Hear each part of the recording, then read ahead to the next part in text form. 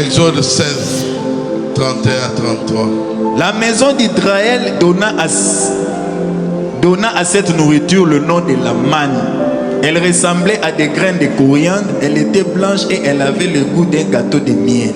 Moïse dit, voici ce que l'Éternel a ordonné, qu'un omer rempli de manne soit conservé pour vos descendants, afin qu'ils voient le pain que je vous ai fait manger dans le désert, après vous avoir fait sortir des pays d'Égypte.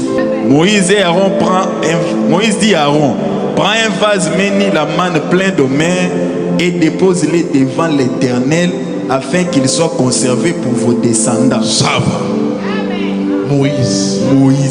Man. La manne est donc à chaque jour. Descendait tous les jours. Sur il a lit. Si ça dort, et bébé, ça pourrit. Mais pour bébé, mais pour que ça ne pourrisse pas, il faut pas soit mal. On devait prendre la manne. Même on a un lieu très saint. Amener cela dans le lieu très saint. L'alliance de l'alliance. Devant l'âge de l'alliance. Il entre là-bas. Il traverse le parvis extérieur. Il traverse le lieu saint. Il entre dans le lieu très saint. Si tu prends la manne, tu laisses ça dans le parvis extérieur, ça va pourrir. Tu mets ça dans le lieu saint, ça va pourrir.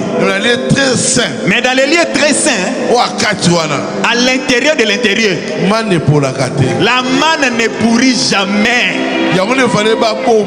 C'est ce qu'on devait garder jusqu'à ce que leurs descendants viendront, pour qu'ils voient la manne qu'ils avaient mangée. La manne qu'ils avaient mangée était toujours fraîche. Toi aussi, l'onction, garde cela. Quand tes enfants viendront, qu'ils te trouvent avec l'onction que Branham avait, que Baruch avait. Garde cela. L'onction ne le garde pas sur ton corps. Garde l'onction dans ton âme. Amen. Que ça soit à l'intérieur. Là, ça ne pourrira jamais. Si l'onction entre dans l'âme, c'est scellé.